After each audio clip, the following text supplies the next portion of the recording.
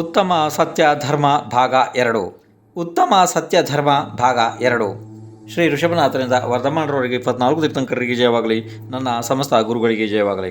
ಈಗ ನೀವು ಉತ್ತಮ ಸತ್ಯ ಧರ್ಮದ ಭಾಗ 2 ಕೇಳ್ತಾ ಇದ್ದೀರಿ. ಹಿಂದೆ ಒಂದು ಭಾಗ ನೀನೇ ಮುಗಿದು ಹೋಗಿದೆ, ಅದನ್ನ ಕೇಳ್ಕೊಬರ್ರಿ. ನೇರವಾಗಿ ಇದನ್ನು ಕೇಳೋದ್ರಿಂದ ಏನೂ ಗೊತ್ತಾಗೋದಿಲ್ಲ. ಇದೀಗ ಏನನ್ನೂ ಹಿಂದಿನ ವಿಷಯ ಹೇಳೋದಿಲ್ಲ, ನೇರವಾಗಿ ವಿಷಯ ಪ್ರಾರಂಭ. ಇದು ಯಾಕೆಂದರೆ ಭಾಗ 2 ನಡೀತಾ ಇದೆ. 1ನೇ ಭಾಗನ ಕೇಳ್ಕೊಬರ್ರಿ. ನೋಡಿ, ಜೀವಗಳಿಗೆ ಸುಖ ದುಃಖ ಬೇರೆ ಯಾರೂ ಕೂಡ ಕೊಡುವುದಿಲ್ಲ. ತನ್ನ ಸ್ವಂತದ ಶುಭ ಅಶುಭ ಭಾವಗಳೇ ಇದಕ್ಕೆಲ್ಲ ಕಾರಣ. ಇದು ಅನಾದಿ ಕಾಲದಿಂದ ಹೀಗೆ ನಡೆದು ಬಂದಂತಹ ರೀತಿ ನೀತಿ ಇದೆ. ಕೆಲವೊಂದು ಸಲ ಏನಾಗ್ತದೆ ಅಂತಂದರೆ, ಜೀವ ತನಗೆ ಅವಶ್ಯಕತೆ ಇಲ್ಲದಿದ್ದರೂ ಕೂಡ ಬೇರೆಯವರ ಒತ್ತಡಕ್ಕೆ ಮಣಿದು, ಅಂದರೆ ಬೇರೆಯವರ ಒತ್ತಡದಿಂದ, ಫೋರ್ಸ್ನಿಂದ ಅಥವಾ ಲೋಭದಿಂದ ಅಥವಾ ತಪ್ಪು ಮುಚ್ಚಿ ಹಾಕಲು ಕೂಡ ಸುಳ್ಳು ಹೇಳುತ್ತದೆ. ಆದರೆ ಅದನ್ನು ಮಾಡಲೇಬಾರದು. ನೋಡ್ರಿ, ಅದರಲ್ಲಂತೂ ಬೇರೆಯವರ ಒತ್ತಡಕ್ಕಂತೂ ಸುಳ್ಳು ಹೇಳಲೇಬಾರ್ದು. ಯಾಕೆ ಅಂತಂದರೆ ಅದರಿಂದಾಗಿ ಒತ್ತಡ ಅವ್ರದ್ದು, ಕಾರ್ಯ ಸಾಧನೆ ಮಾಡುವವರು ಅವರು, ನಮ್ಮನ್ನು ಬಳಸ್ಕೊಂಡು ದುರ್ಗತಿಗೆ ಹೋಗಿ ದುಃಖ ಪಡುವವರು ನಾವು. ಇದಂತೂ ನಿಶ್ಚಿತ ಆಗಿಯೇ ಆಗ್ತದೆ. ಯಾವಾಗಲೂ ಏನಾಗ್ತದೆ ಒಂದು ವಿಷಯ ಅಂತಂದರೆ, ಅದಕ್ಕೋಸ್ಕರ ಏನು ಮಾಡ್ತಾರೆ ಅಂತಂದರೆ, ಅದಕ್ಕೆ ಗುರುಗಳು ನಮಗೆ ಪದೇ ಪದೇ ಪದೇ ಒಂದು ಕಿವಿ ಮಾತು ಏನು ಹೇಳ್ತಾರೆ ಅಂತಂದರೆ, ದುಷ್ಟರಿಂದ ದುರ್ಜನರಿಂದ ದೂರ ಇರ್ರಿ. ಅದು ಭಾಳ ಹೇಳ್ತಾ ಬರ್ತಾರೆ ಅವರು. ಯಾಕೆಂದರೆ ಅವ್ರ ಜೊತೆ ಸೇರಿದ ಮೇಲೆ ನೀವು ಅನಿವಾರ್ಯವಾಗಿ ಆ ಕೆಲಸಗಳನ್ನು ಮಾಡಲೇಬೇಕಾಗ್ತದೆ. ಆದರೆ ಆ ಪಾಪದ ಉದಯ ಬಂದಾಗ ಅವರು ಯಾರೂ ಇರೋದಿಲ್ಲ, ನೀವೇ ಅದನ್ನು ಅನುಭವಿಸಬೇಕಾಗ್ತದೆ ಅಷ್ಟೇ. ಅದಕ್ಕೆ ದುಷ್ಟರಿಂದ ಎಷ್ಟು ದೂರ ಇರ್ತೇವೋ ಈ ಧರ್ಮಗಳು ಅಷ್ಟು ಜೀವಕ್ಕೆ ಫಲಿಸ್ತವೆ, ಇಲ್ಲಾಂದರೆ ಫಲಿಸೋದಿಲ್ಲ, ಉಲ್ಟಾ ಬಹಳ ತೊಂದರೆ ಆಗ್ತದೆ. ನೋಡಿ, ಅದಕ್ಕೆ ಅತೀ ಪ್ರಸಿದ್ಧವಾದ ಒಂದು ಘಟನೆ ಆಯಿತು. ಇದು ಇಷ್ಟು ಪ್ರಸಿದ್ಧವಾದ ಘಟನೆ ಅಂತಂದರೆ, ಇದು ಸ್ವಲ್ಪ ವಿಷಯ ಇದ್ರಾಗೆ ಕೆಲವೊಂದು ಸೂಚನಾ ರೂಪದಲ್ಲಿ ಮಹಾಪುರಾಣದಲ್ಲಿ ಬಂದಿದೆ, ಪದ್ಮಪುರಾಣದಲ್ಲಿ, ಹರಿವಂಶ ಪುರಾಣದಲ್ಲಿ ಭಾಳ ವಿಸ್ತಾರ ರೂಪದಲ್ಲಿ ಬಂದಿದೆ. ಯಾವುದು ಈ ನಾನೀಗ ಹೇಳುವಂಥ ವಿಷಯ. ಅದಾದ ನಂತರ ಆರಾಧನಾ ಕಥಾಕೋಶದಲ್ಲಿ ಭಾಳ ವಿಸ್ತಾರವಾಗಿ, ಭಾಳ ಸುಂದರವಾಗಿ ಬಂದಿದೆ. ಇನ್ನು ಅನೇಕ ಶಾಸ್ತ್ರಗಳಲ್ಲಿ ಒಂದು ಭಾಳ ಮಹತ್ವಪೂರ್ಣ ಘಟನೆ ಬಂದಿದೆ. ಇದನ್ನ ನೀವು ಹಿಂದಿನ ಭಾಗ ನಮ್ಮದೇನೀಗ ಅಂದರೆ ಹರಿವಂಶ ಪುರಾಣ, ಮಹಾಪುರಾಣ, ಪದ್ಮಪುರಾಣ ಯಾರ್ಯಾರು ಕೇಳಿರ್ತಾರೆ ಅವರಿಗೆಲ್ಲರೂ ಗೊತ್ತಿದೆ ಅದು. ಆದರೆ ನೀವು ಮರ್ತಿದ್ದರೂ ಕೂಡ ನೆನಪು ಮಾಡ್ಕೊಳ್ರಿ ಅದನ್ನು. ಅಷ್ಟು ಮಹತ್ವಪೂರ್ಣ ಬಿಂದು ಘಟನೆ ಕೇಳ್ರಿ. ಈಗ ಏನಾಯಿತು ಅಂತಂದರೆ, ನೋಡಿ, ಇದು ಯಾವ್ದ್ರ ಮೇಲೆ ನಾನು ಹೇಳ್ತಾ ಇದ್ದೀನಿ ಅಂತಂದರೆ, ಬೇರೆಯವರ ಒತ್ತಡಕ್ಕೆ ಮಣಿದು ಆಗಿದಂತಹ, ಅಂದರೆ ಬೇರೆಯವರ ಫೋರ್ಸಿಗೆ ನೀವು ಒಪ್ಪಿಕೊಂಡು ಆದಂತಹ ಅನಾಹುತ. ನೋಡಿ, ಪ್ರಾರಂಭ ವಿಷಯ. ಇದು ಚತುರ್ಥ ಕಾಲದ ಮಧ್ಯಭಾಗದಲ್ಲಿ ನಡೆದಂತಹ ಘಟನೆ. ಆವಾಗ ಕ್ಷೀರಕದಂಬ ಎಂಬಂತಹ ಒಬ್ಬ ಸದಾಚಾರಿ ಬ್ರಾಹ್ಮಣ ಇದ್ದ. ಆ ಬ್ರಾಹ್ಮಣ ಗುರು ಸಮ್ಯಕ್ ದೃಷ್ಟಿ ಇದ್ದ. ಅವನ ಆಚಾರ ವಿಚಾರ ಸಮ್ಯಕ್ ಇತ್ತು. ಅವನ ಕುಲ ಕಸುಬು ಅಂತಂದರೆ, ಯಾರು ಮಕ್ಕಳು ಅವನ ಹತ್ರ ಓದೋದಕ್ಕೆ ಬರ್ತಾರೆ ಅವರಿಗೆ ವಿದ್ಯಾಭ್ಯಾಸ ಮಾಡಿಸುವುದು ಅವನ ಕುಲ ಕಸುಬು ಇತ್ತು. ಆವಾಗ ರಾಜ ವಿಶ್ವವಸು ಅಂತ ಹೇಳಿ ಇದ್ದ. ಆ ರಾಜನಿಗೆ ಒಬ್ಬ ಮಗ ಇದ್ದ, ಅವನ ಹೆಸರಿತ್ತು ವಸು ಅಂತ ಹೇಳಿ. ಆ ರಾಜ ವಸುವನ್ನು ತಂದು ಈ ಕ್ಷೀರಕದಂಬನಿಗೆ ಒಪ್ಪಿಸಿ ಇವನಿಗೆ ವಿದ್ಯೆಯನ್ನು ಕಲಿಸು ಎಂದು ಆಜ್ಞೆ ಮಾಡಿದನು.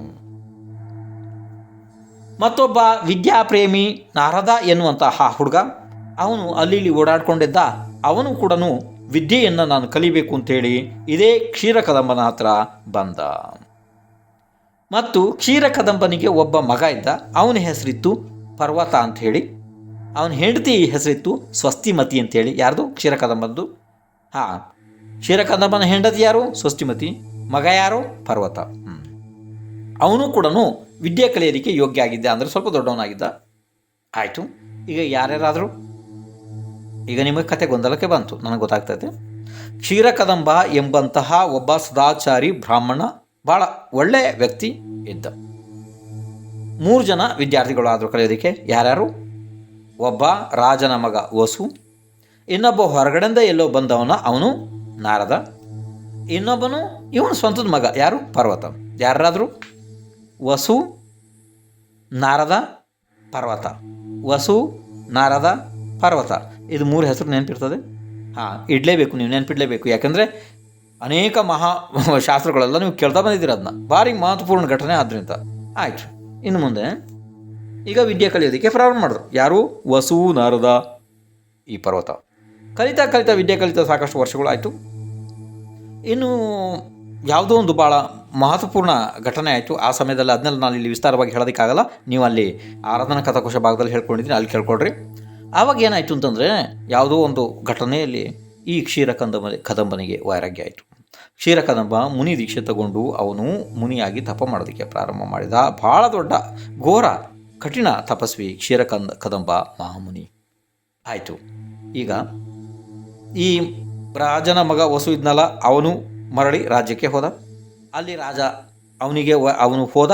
ಅದಾದ ನಂತರ ಆ ರಾಜ ಪಟ್ಟಕ್ಕೆ ಈ ವಸು ಬಂದ. ಅಂದರೆ ಈಗ ವಸು ರಾಜ ಆದ. ಈ ಪರ್ವತ ಈ ಕಡೆ ತಂದೆಯ ಮನೆಯಲ್ಲಿ ತನ್ನ ಕುಲ ಕಸಬು ಅಂತೇಳಿ ಬಂದ ಹುಡುಗರಿಗೆ ವಿದ್ಯೆ ಕಲಿಸೋದಕ್ಕೆ ಪ್ರಾರಂಭ ಮಾಡ್ದ. ಇನ್ನು ನಾರದ ಎಲ್ಲೋ ದೂರ ಹೋಗಿಬಿಟ್ಟ. ಆಯಿತು, ಇದು 3 ಜನರ ವಿಘಟನೆ ಈಗ ಆಯಿತು. ಇದು ಅದಾದಮೇಲೆ ಇನ್ನು ಮುಂದೆ ಹೀಗೆ ಸ್ವಲ್ಪ ವರ್ಷಗಳು ಹೋಯಿತು, ಭಾಳ ವರ್ಷಗಳು ಹೋಯಿತು. ಅಲ್ಲಿ ಏನಾಗಿತ್ತು ಅವಾಗ ಅಂತಂದರೆ, ಈ ರಾಜ ವಸು ಏನಿದಾನಲ್ಲ, ಇವನು ಒಂದು ಸಲ ಶಿಕಾರಿ ಆಡೋದಕ್ಕೆ ಅಂಥೇಳಿ, ಅಂದರೆ ಬೇಟೆ ಆಡೋದಕ್ಕೆ ಅಂಥೇಳಿ ಮೋಜಿಗಾಗಿ ಕಾಡಿನಲ್ಲಿ ಹೋದ. ಆ ಸಮಯದಲ್ಲಿ ಸ್ವಲ್ಪ ದೂರದಲ್ಲಿ ಹಕ್ಕಿಗಳೆಲ್ಲ ಆಕಾಶದಲ್ಲಿ ಹಾರ್ತಾ ಇದ್ದವು. ಒಂದು ಸ್ಥಳದಲ್ಲಿ ಹೋಗಿ ಕೆಳಗಡೆ ಬೀಳ್ತಾ ಇದ್ವು. ಮುಂದೆ ಹೋಗೋಕ್ಕಾಗ್ತಾ ಇಲ್ಲ ಅವ್ರಿಗೆ. ರಾಜ ವಸುಗೆ ಇದೊಂದು ಸಲ ಭಾಳ ಆಶ್ಚರ್ಯ ಅನಿಸ್ತು. ಸ್ವಲ್ಪ ಹತ್ತಿರ ಹೋಗಿ ನೋಡಬೇಕು ಅಂತ ಹೋಗಿ ನೋಡ್ದ, ಆದರೆ ಏನೂ ಕಾಣೋದಿಲ್ಲ. ಹಕ್ಕಿಗಳು ಬರ್ತಾವೆ, ಅಲ್ಲಿಗೆ ಡಿಕ್ಕಿ ಹೊಡೆದು ಕೆಳಗಡೆ ಬೀಳ್ತಾವೆ, ಆದರೆ ಮುಂದೆ ಹೋಗೋದಕ್ಕಾಗ್ತಿಲ್ಲ. ಏನಿರ್ಬೋದು ಹಾಗಾದರೆ? ಆವಾಗ ಅದನ್ನು ಪರೀಕ್ಷೆ ಮಾಡಬೇಕು ಅಂತೇಳಿ ರಾಜ ವಸು ಬತ್ತಳಿಕೆಯಿಂದ ಬಾಣವನ್ನು ತೆಗೆದ, ಅಲ್ಲಿಗೆ ಬಿಟ್ಟ. ಬಾಣ ಕೂಡ ಅಲ್ಲಿಗೆ ಹೋಗಿ ಸ್ಪರ್ಶ ಆಗಿ ಕೆಳಗಡೆ ಬಿತ್ತು, ಟಾಣ್ಣ ಅಂತ ಕೆಳಗಡೆ ಬಿದ್ದುಬಿಡ್ತು. ಆವಾಗ ಇದು ಏನು ಭಾಳ ವಿಚಿತ್ರ ಇತ್ತಲ್ಲ ಅಂತ ಹೇಳಿ ಹತ್ತಿರ ಹೋಗಿ ಹೀಗೆ ಕೈ ಹಾಕಿ ನೋಡ್ದ. ಅದು ಸ್ಫಟಿಕದ ಕಂಬ ಇತ್ತು. ಸ್ಫಟಿಕ ಅಂದರೆ ಅಷ್ಟೊಂದು ಶುದ್ಧವಾದ ಸ್ಫಟಿಕ. ಅಂದರೆ ಈಗ ಅಂಥ ವಸ್ತುಗಳನ್ನ ನಾವು ನೋಡೋದಕ್ಕೆ ಸೌಭಾಗ್ಯ ಇಲ್ಲ, ಅಂಥವು ಕಾಣೋದಿಲ್ಲ ನಮಗೆಲ್ಲನ. ಆದರೂ ಸ್ಫಟಿಕದಲ್ಲೂ ಆ ರೀತಿ ಸ್ವಚ್ಛ ಸ್ಫಟಿಕ ಇರ್ತದೆ. ಅಂಥ ಕಂಬ ಇತ್ತು ದೊಡ್ಡದೊಂದು ಕಾಡಿನಲ್ಲಿ. ಅದನ್ನು ಗುಪ್ತವಾಗಿ ಯಾರಿಗೂ ಗೊತ್ತಿಲ್ಲದ ಹಾಗೆಯೇ ಸ್ವಲ್ಪ ಜನರ ಸಹಾಯದಿಂದ ಅದನ್ನ ರಾಜ್ಯಕ್ಕೆ ತರಿಸಿ ಅದನ್ನು 4 ಕಾಲು ಮಾಡ್ದ. ಅದರದ್ದು ಮಾಡಿ ಅದ್ರ ಮ್ಯಾಲೆ ಸಿಂಹಾಸನ ಹಾಕ್ಸಿಬಿಟ್ಟ. ಅದ್ರ ಮೇಲೆ ಕೂರೋದಕ್ಕೆ ಪ್ರಾರಂಭ ಮಾಡ್ದ. ಮನುಷ್ಯರು ಕೆಳಗಡೆ ಖಾಲಿ ಜಾಗ ಎಲ್ಲ ಕಾಣ್ತೈತೆ. ಮನುಷ್ಯರು ಬಂದವರೆಲ್ಲ ಅಬ್ಬಬ್ಬಾ ಇವು ವಸುರಾಜನ ಸತ್ಯಪ್ರಿಯತೆಯಿಂದಾಗಿ ದೇವತೆಗಳು ಅವನಿಗೆ ಸಿಂಹಾಸನ ಮೇಲೆ ಹಾಕಿದ್ದಾರೆ, ಅವನ ಸಿಂಹಾಸನ ಮೇಲೆ ಹೋಗಿದೆ, ಹಾಗೀಗೆ ಅಂಥೇಳಿ ಬಹಳ ಭಾಳ ಭಾಳ ದೊಡ್ಡ ಪ್ರಸಿದ್ಧಿಯನ್ನು ಹೊಡೆದ್ಬಿಟ್ಟ ರಾಜ ವಸು. ಅಂದರೆ ಸತ್ಯಭಾಷಿ ಅಂತ ಹೇಳಿ. ಆಯಿತು, ಇರಲಿ, ಇದು ಹೀಗೆ ನಡೀತಾ ಇತ್ತು, ಇರಲಿ. ಈಗ ಇನ್ನೊಂದು ಕಡೆ, ಈ ಕಡೆಯಿಂದ ಕತೆ ಕೇಳ್ರಿ. ಇಲ್ಲಿ ಪರ್ವತ ಇದ್ನಲ್ಲ, ಅಂದರೆ ಕ್ಷೀರಕದಂಬನ ಮಗ, ಇವನು ಏನು ಇಲ್ಲಿ ಹುಡುಗರಿಗೆಲ್ಲ ಕಲಿಸ್ತಾ ಇದ್ನಲ್ಲ, ಭಾಳ ವರ್ಷ ಹೀಗೇನೆ ಹೋಗಿತ್ತು. ಏನು ಕಳಿಸ್ತಾನೋ ದೇವರಿಗೆ ಗೊತ್ತು. ವರ್ಷಗಳು ಭಾಳ ಹೋಗಿತ್ತು. ಹೀಗೇ ಒಂದು ಸಲ ನಾರದ ಮತ್ತೆ ತಿರುಗುತ್ತಾ ಆ ಕಡೆ ಎಲ್ಲ, ಇಲ್ಲಿ ನಮ್ಮದು ಗುರುವಿನ ಮನೆ ಇದೆ, ಏನಾಗಿದೆಯೋ ಏನು ನೋಡೋಣ ಅಂಥೇಳಿ ಅಲ್ಲಿಗೆ ಬಂದುಬಿಟ್ಟ. ಯಾರು? ನಾರದ. ಆವಾಗ ಈ ಮೂರ್ಖ ಪರ್ವತ, ಇವನು ಸ್ವಭಾವದಿಂದಲೇ ಮೂರ್ಖ ಇದ್ದ. ಈ ಮೂರ್ಖ ಪರ್ವತ ಹುಡುಗರಿಗೆ ಓದಿಸ್ತಾ ಇದ್ದ. ಆವಾಗ ಅಲ್ಲಿ ಏನಾಗಿದೆ ಅಂದರೆ, ಅಜ ಶಬ್ದದ ಅರ್ಥ ಬರ್ತಾಯಿತ್ತು. ಅಜ ಅಂತ ಅಂದರೆ ಅದು 2 ಶಬ್ದ ಇದೆ ಅದರೊಳಗಡೆ. ಒಂದು ಏನಾಗ್ತದೆ ಅಂತಂದ್ರೆ ಆಡು, ಇನ್ನೊಂದು 3 ವರ್ಷಗಳ ಹಳೆಯ ಧಾನ್ಯ, ಅಂದರೆ ಉತ್ಪತ್ತಿಯ ಶಕ್ತಿಯನ್ನು ಕಳ್ಕೊಂಡ್ಬಿಡ್ಬೇಕದು ಅಂಥ ಧಾನ್ಯ. ಇದ್ರ ಬಗ್ಗೆ ಹೇಳ್ತಾ ಇದ್ದ ಅವನು. ಅದ್ರ ಜೊತೆಗೆ ಅವನು ಏನು ಹೇಳ್ತಿದ್ದ, ಆಡನ್ನು ಬಲಿ ಕೊಟ್ಟು ಯಜ್ಞ ಯಾಗಾದಿಗಳನ್ನು ಮಾಡಬೇಕು ಅಂತ ಹೇಳ್ತಾ ಇದ್ದ. ಅದನ್ನು ಕೇಳಿ ಈ ನಾರದನಿಗೆ ತಡೆದುಕೊಳ್ಳಲು ಆಗಲಿಲ್ಲ. ಅಲ್ಲಿ ಜಗಳ ಪ್ರಾರಂಭ ಆಯ್ತು ಇಬ್ಬರಿಗೆ. ನಮ್ಮ ಗುರುಗಳು ಆಡನ ತಲೆ ಕಡ್ದು ಯಜ್ಞ ಯಾಗ ಮಾಡೋದಕ್ಕೆ ಹೇಳಿದಾರೋ, ಇಲ್ಲ 3 ವರ್ಷದ ಹಳೆಯ ಧಾನ್ಯಗಳಿಂದ ಮಾಡೋಕ್ಕೆ ಹೇಳಿದಾರೋ, ಹಳೆಯ ಧಾನ್ಯದಿಂದ ವಾದ ವಿವಾದ ಪ್ರಾರಂಭ ಆಯಿತು. ಒಂದೊಂದು ಜಾಗದಲ್ಲಿ ಏನಾಗ್ತದೆ ಅಂದರೆ, ನನಗೆ ಸ್ವಂತದಲ್ಲಿ ಸಾಕಷ್ಟು ಅನುಭವಕ್ಕೆ ಬಂದಿದೆ. ಅದು ಇಷ್ಟು ಕ್ವಾಲಿಟಿ ಮೂರ್ಖರು ಇರ್ತಾರೆ. ಅವರು ಶಾಸ್ತ್ರಗಳನ್ನು ಟ್ರಕ್ ಶಾಸ್ತ್ರಗಳನ್ನು ತರಿಸಿ ಒಂದು 200 ಆಚಾರ್ಯರ ಪ್ರಮಾಣಗಳನ್ನು ಕೊಟ್ಟರು ಕೂಡ ಅವರು ಮನ್ನಿಸೋದಕ್ಕೆ ತಯಾರಿರಲ್ಲ. ಅಂಥದ್ದು ನನ್ನ ಜೀವನದಾಗ ನಾನು ಸಾಕಷ್ಟು ನೋಡಿದ್ದೇನೆ. ನನಗಿದು ಭಾಳ ದೊಡ್ಡ ಅನುಭವದಲ್ಲಿ, ನನ್ನ ಸ್ವಂತಕ್ಕೆ ಅನುಭವದಲ್ಲಿ ಬಂದಿದೆ. ಹಾಗಂತ ಅಂದ್ಕೂಡಲೇ ಈ ಕಥೆಯಲ್ಲಿ ಇಲ್ಲಿ ಇದು ಏನು, ಇದನ್ನು ನಾವು ನಂಬಲೇಬೇಕು ಅಂಥದ್ದೇ ಕಥೆ ಇದೆ ಇದು. ಯಾಕೆಂದ್ರೆ ನಮಗೆ ಇಲ್ಲಿ ಪ್ರತಿದಿನ ನಾವು ಅನುಭವಿಸ್ತೀವಿ ಅದನ್ನು. ದಿಗ್ಗಜ ಆಚಾರ್ಯರ ಶಾಸ್ತ್ರದ ಪ್ರಮಾಣವನ್ನು ಕೊಟ್ಟರು ಕೂಡ ಅದನ್ನು ಪಂಥವಾದಿಗಳು ಅದನ್ನು ವಿರೋಧ ಮಾಡಿ ಅದನ್ನು ಇಷ್ಟು ವಿರೋಧ ಮಾಡ್ತಾರೆ ಅದನ್ನು ಅಂತಂದಾಗ ಗೊತ್ತಾಗ್ತದೆ ಇದು ಯಾವ ಅತಿ ತೀವ್ರ ಮಿಥ್ಯಾತ್ವದ ಉದಯದಿಂದ ಜೀವಗಳು ಹಂಗೆ ಮಾಡ್ತಾವೆ. ಅತಿ ತೀವ್ರ ಮಿಥ್ಯಾತ್ವಗಳು, ಅದು ಸಾಮಾನ್ಯ ಮಿಥ್ಯಾದೃಷ್ಟಿ ಅಲ್ಲ ಅವು ಜೀವಗಳು, ಆಯ್ತಿಲ್ಲ. ಇನ್ನು ಅದಾದಮೇಲೆ ಹೀಗಾಯಿತು, ಇವನು ಏನು ಮಾಡ್ತದಾನೆ ಈಗ ಸುಳ್ಳು ಓದಿಸ್ತಾ ಇದ್ದಾನೆ ಅಲ್ಲಿ, ಮತ್ತು ಅದನ್ನೇ ಸತ್ಯ ಸಿದ್ಧ ಮಾಡ್ತದಾನೆ. ಇವನಿಗೆ ತಡ್ಕೊಳಕ್ಕಾಗಿಲ್ಲ. ಜಗಳ ಇಷ್ಟು ಲೆವೆಲಿಗೆ ಬಂತದು, ಇಷ್ಟು ಹಂತಕ್ಕೆ ಬಂತು. ಯಾರು ಸುಳ್ಳು ಹೇಳ್ತಾರೆ ಅವರ ನಾಲಿಗೆಯನ್ನು ಕತ್ತರಿಸಲಾಗುವುದು. ಎಲ್ಲಿ? ರಾಜನ ಸಮ್ಮುಖದಲ್ಲಿ. ಇದನ್ನ ನ್ಯಾಯ ಹೇಳೋನು ಯಾರು? ಯಾಕೆಂದ್ರೆ ನಮ್ಮ ಜೊತೆಲೇ ಓದ್ದವನು ವಸು ಇದ್ದಾನಲ್ಲ, ಅವನ ನ್ಯಾಯ ಪ್ರಿಯತೆಯಿಂದಲೇ ಅವನ ಸಿಂಹಾಸನ ಆಕಾಶದಲ್ಲಿ ನಿಂತಿದೆ. ಆಯಿತು, ಹೀಗೆ ಷರತ್ತಾಯಿತು. ಆದರೆ ಈ ಘಟನೆ, ಈ ಮೂರ್ಖ ಹೆಂಗಸು, ಮಗನೂ ಮೂರ್ಖನೇ, ತಾಯಿ ಅಂತೂ ಇನ್ನೂ ಕೆಟ್ಟ ಮೂರ್ಖೆದ್ಲ ಅವಳು. ಯಾರು? ಸ್ವಸ್ತಿಮತಿ ಸೀದಾ ರಾತ್ರಿನೇ ರಾಜ ವಸುನ ಹತ್ರ ಹೋಗಿ ಅಲ್ಲಿ ಗುರುದಕ್ಷಿಣೆ ಕೇಳಿದಳು. ಅವನು ಕೊಡ್ತೀನಿ ಅಂತಂದ. ವಸು ಏನು ಬೇಕು ಅಂತಂದ. ಆವಾಗ ಈ ಸ್ವಸ್ತಿಮತಿ ಪುತ್ರ ಮೋಹದಿಂದ ಕುರುಡಲಾದ ಇವಳು ಏನಂದ್ಲು, ನನ್ನ ಮಗನಿಗೂ ನಾರದನಿಗೂ ಈ ರೀತಿ ಜಗಳ ಆಗಿದೆ, ನಾಳೆ ಈ ಜಗಳ ನಿನ್ನ ಹತ್ತಿರ ಬರ್ತದೆ, ಆವಾಗ ನೀನು ನನ್ನ ಮಗನ ಪರವಾಗಿ ಹೇಳಬೇಕು. ತಥಾಸ್ತು ಅಂತಂದ ರಾಜ ವಸು. ಹಿಂದೂ ವಿಚಾರ ಮಾಡಿಲ್ಲ, ಮುಂದೂ ವಿಚಾರ ಮಾಡಿಲ್ಲ, ಅಹಂಕಾರಿ ಹೇಳಿಬಿಟ್ಟ. ಆದರೆ ನಾಳೆ ಏನಾಯಿತು? ವಾದ ವಿವಾದ ಪ್ರಾರಂಭ ಆಯಿತು. ನಾರದ ತನ್ನ ವಾದವನ್ನು ಹೇಳ್ತಾ ಇದ್ದಾನೆ, ಈ ಪರ್ವತ ತನ್ನ ವಾದವನ್ನು ಹೇಳ್ತಾ ಇದ್ದಾನೆ. ಆವಾಗ ಪ್ರತಿಯೊಬ್ಬರು ಕಣ್ಣನ್ನು ದೊಡ್ಡವಾಗಿ ಬಿಟ್ಟು ಕಿವಿಯನ್ನು ಆ ಕಡೆ ಕೊಟ್ಟಿದ್ದಾರೆ. ಏನು ಅಂತಂದರೆ ರಾಜ ವಸು ಸತ್ಯದ ಕಡೆಗೆ ತೀರ್ಪನ್ನು ಕೊಡ್ತಾನೆ ಅಂತ ಹೇಳಿ ಎಲ್ಲರ ಅಪೇಕ್ಷೆ ಇತ್ತು, ಎಲ್ಲರೂ ನಂಬಿದ್ರು. ಆದರೆ ರಾಜ ವಸು ಏನು ಮಾಡ್ದ ಗೊತ್ತಾ? ಪರ್ವತ ಹೇಳ್ತಿರೋದೇ ಸತ್ಯ ಅಂತ ಹೇಳಿಬಿಟ್ಟ. ಅಷ್ಟು ಹೇಳಿದ್ದೆ ತಡ, ಆ ಸ್ಫಟಿಕದ ಕಂಬದ ಆ ಸಿಂಹಾಸನ ಇತ್ತಲ್ಲ, ಆ ಕಂಬಗಳು ಮುರಿದು ಸಿಂಹಾಸನ ಕೆಳಗೆ ಬೆತ್ತು. ಆವಾಗ ಇವನು ನಾರದ ಇನ್ನೊಂದ್ಸಲ ಕೇಳ್ತಾನೆ, ಈಗಲಾದರೂ ಸತ್ಯ ಹೇಳು, ಇನ್ನೂ ಕೂಡ ಕಾಲ ಮಿಂಚಿಲ್ಲ, ಈಗಲಾದರೂ ಸತ್ಯ ಹೇಳು, ಈಗಲೂ ಕಾಲ ಮಿಂಚಿ. ಮತ್ತೆ ಅವನು ಹೇಳ್ದ, ಯಾರು? ವಸು. ಪರ್ವತ ಹೇಳ್ತಿರೋದೇ ಸತ್ಯ ಅಂತ ಹೇಳಿಬಿಟ್ಟ. ಅಷ್ಟಾದ ತಕ್ಷಣ ಭೂಮಿ ಸ್ವಲ್ಪ ಜಾಗ ಬಿಡ್ತು ಅಲ್ಲಿ, ಅಂದರೆ ಒಡೀತು, ಬಿರುಕು ಬರ್ತದಲ್ಲ ಭೂಮಿದು, ಆ ರೀತಿ ಬಿರುಕು ಬಂತು. ಸಿಂಹಾಸನದ ಜೊತೆಗೆಯೇ ಶರೀರ ಸಹಿತವಾಗಿ ಭೂಮಿ ಒಳಗಡೆ ಹೋಗಿಬಿಟ್ಟ. ಭೂಮಿ ಮಣ್ಣು ತಾನೇ ಮುಚ್ಕೊಂಡ್ಬಿಡ್ತು. ಬೇರೆ ಯಾರು ತೆಗೆದಿದ್ದಲ್ಲ ಇದನ್ನು, ಯಾವುದೇ ಯಂತ್ರಗಳನ್ನು ತೆಗೆದೇನು ಗುಂಡಿ ತೆಗೆದಿಲ್ಲ. ಭೂಮಿ ಬಾಯಿ ಬಿಡ್ತು, ಒಳಗಡೆ ಅವನನ್ನು ಮುಚ್ಕೊಂಡ್ಬಿಡ್ತು ಭೂಮಿ. ಯಾರನ್ನ? ರಾಜ ವಸುವನ್ನು. ಹಾಗಾದ್ರೆ ರಾಜ ವಸುನ ಶರೀರ ಅಂತೂ ಇಲ್ಲೇ ಹೋಯ್ತು ಬಿಡು, ಮಣ್ಣೊಳಗಡೆ. ಸಿಂಹಾಸನ ಹೋಯ್ತು, ಸ್ಫಟಿಕ ಸ್ತಂಭ ಹೋಯ್ತು, ಎಲ್ಲ ಹೋಯ್ತು. ಹಾಗಾದ್ರೆ ರಾಜ ವಸುನ ಜೀವ ಎಲ್ಲಿಗೆ ಹೋಯ್ತು? 7ನೇ ನರಕದಲ್ಲಿ ನಾರಕೆ ಆಗಿ ಹುಟ್ಟಿದ. ವಿಚಾರ ಮಾಡ್ರಿ. ಯಾಕೆಂದರೆ ಬಹುವಾರಂಭ ಪರಿಗ್ರಹತ್ವಂ ನರಕಾಸ್ಯ ಆಯುಷ, ಇದನ್ನೊಂದು ಹೆಂಗೂ ಅವನು ಭಾಳ ಆರಂಭಿ ಪರಿಗ್ರಹ ಇದ್ದ. ಅದಕ್ಕೆ ನರಕಕ್ಕೆ ಹೋಗೋದಕ್ಕೆ ಒಂದು ಕಾರಣ ಬೇಕಾಗಿತ್ತು. ಇದು ಇಂಥದ್ದು ಸುಳ್ಳು ಒಂದು ನೇರವಾಗಿ 7ನೇ ನರಕಕ್ಕೆ ಹೋಗೋದಕ್ಕೊಂದು ಕಾರಣ ಆಯಿತು. ನೋಡ್ರಿ, ಸುಳ್ಳು ಎಷ್ಟು ದೊಡ್ಡ ಒಂದು ಅನಾಹುತ ಮಾಡ್ಬೋದು, ವಿಚಾರ ಮಾಡಿರಿ. ಇದು ನೀವು ಅದು ಇಷ್ಟು ಸುಂದರವಾದ ವರ್ಣನೆ ಮಾಡಿದ್ದಾರೆ ಆಚಾರ್ಯ ಭಗವಾನ್ ಹರಿವಂಶ ಪುರಾಣ ಪದ್ಮಪುರಾಣದಲ್ಲಿ. ನೀವು ನೋಡ್ಬೇಕು ಅದನ್ನು. ಇನ್ನು ಆರಾಧನಾ ಕಥಾಕೋಶದಲ್ಲೂ ಭಾಳ ಸುಂದರವಾಗಿ ವರ್ಣನೆ ಮಾಡಿದ್ದಾರೆ, ಅದನ್ನು ನೋಡಬೇಕು. ಇದು ಸುಳ್ಳಿನ ಮಹಿಮೆ, ಇದು ಅರ್ಥ ಆಯ್ತಿಲ್ಲ. ಈಗ ಜಿನದೇವರು ಜಿನಶಾಸನದಲ್ಲಿ 10 ಪ್ರಕಾರದ ಸತ್ಯಗಳನ್ನು ಹೇಳಿದ್ದಾರೆ ನೋಡ್ರಿ. ಇದೊಂದು ಸ್ವಲ್ಪ ಭಾಳ ಮಹತ್ವಪೂರ್ಣ, ಇದು ನೀವು ಬರ್ಕೋಬೇಕಾಗುತ್ತೆ, ಬರ್ಕೊಡ್ರಿ. ಜಿನೇಂದ್ರ ಭಗವಾನರು 10 ಪ್ರಕಾರದ ಸತ್ಯಗಳನ್ನು ಹೇಳಿದ್ದಾರೆ. ಹಂಗೆ ಬರ್ಕೊಡ್ರಿ ಸ್ವಲ್ಪ. 1 ಜನಪದ ಸತ್ಯ, 2 ಸಮ್ಮತಿ ಸತ್ಯ, 3 ಸ್ಥಾಪನಾ ಸತ್ಯ, 4 ನಾಮ ಸತ್ಯ, 5 ರೂಪ ಸತ್ಯ, 6 ಪ್ರತೀತ್ಯ ಸತ್ಯ, 7 ವ್ಯವಹಾರ ಸತ್ಯ, 8 ಸಂಭಾವನಾ ಸತ್ಯ, 9 ಭಾವ ಸತ್ಯ, 10 ಉಪಮಾ ಸತ್ಯ.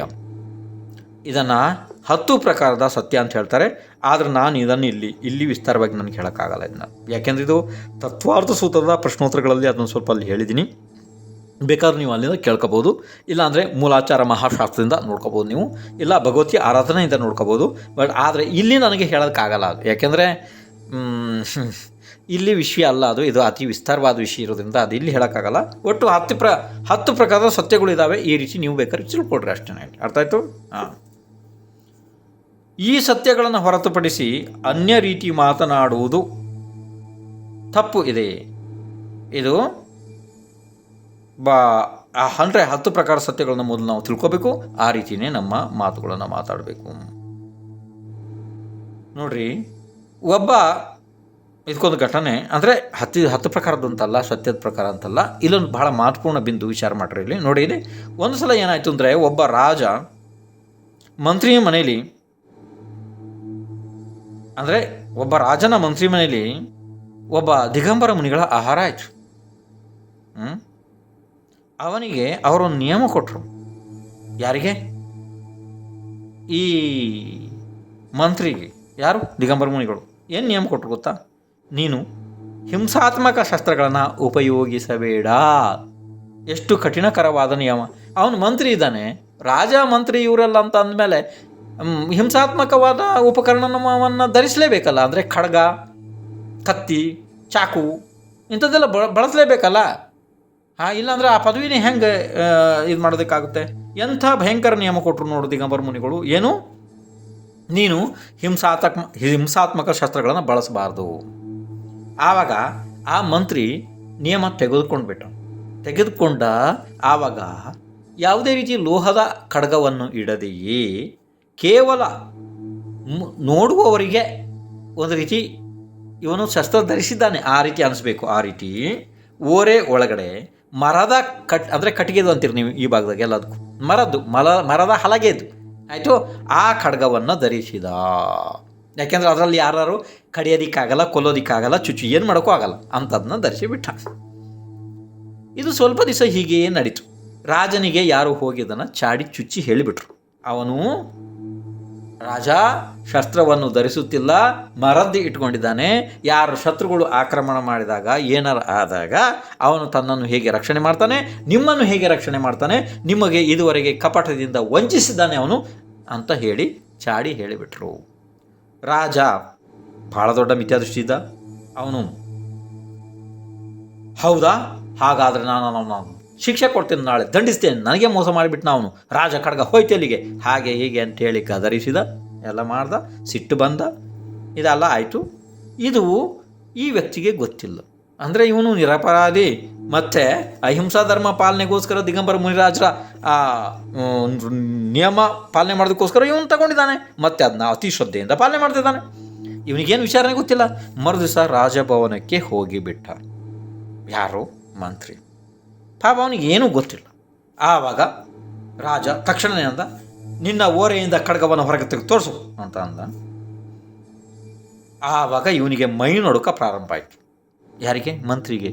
ಹೇ ಪರಮಾತ್ಮ, ಏನಾಯಿತು? ಇದು ಯಾರು ಹೇಳಿದ್ರು ಹಿಂಗೆ ಅಂತೇಳಿ? ಈಗ ನಾನು ಇದನ್ನು ಹೊರಗಡೆ ತೆಗೆದೆ ಅಂತಂದರೆ ಇದು ಮರದ್ದಿದೆ.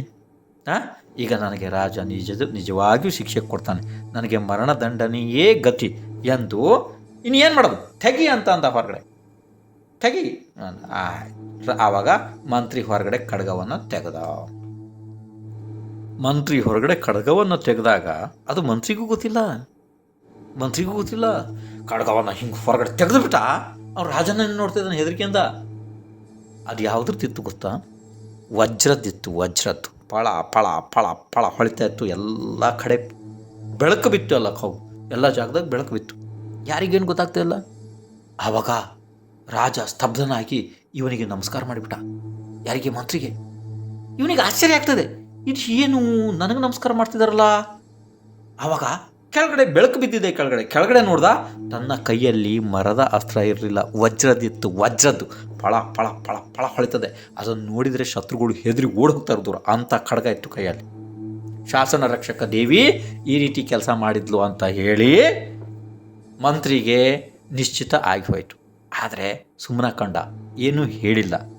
ಆದರೆ ಅವನಿಗೆ ಸುಮ್ಮನೆ ಇದ್ದರೂ ಕೂಡ ಅಲ್ಲಿ ಇದ್ದವರೆಲ್ಲ ತಿಳಿದುಬಿಟ್ರು, ಇವನು ಮರದ ಖಡ್ಗವನ್ನು ಇಟ್ಕೊಂಡಿದ್ದು ಸತ್ಯ ಇದೆ, ದೇವತೆಗಳು ಈ ರೀತಿ ಮಾಡಿದ್ದು ಸತ್ಯ ಇದೆ, ಇವನ ವ್ರತ ಸತ್ಯ ನಿಯಮ ಎಲ್ಲನೂ ಧನ್ಯ ಇದೆ ಅಂಥೇಳಿ ಅವನನ್ನು ಅತಿಯಾಗಿ ಹೊಗಳಿದರು, ಸನ್ಮಾನ ಮಾಡಿದರು.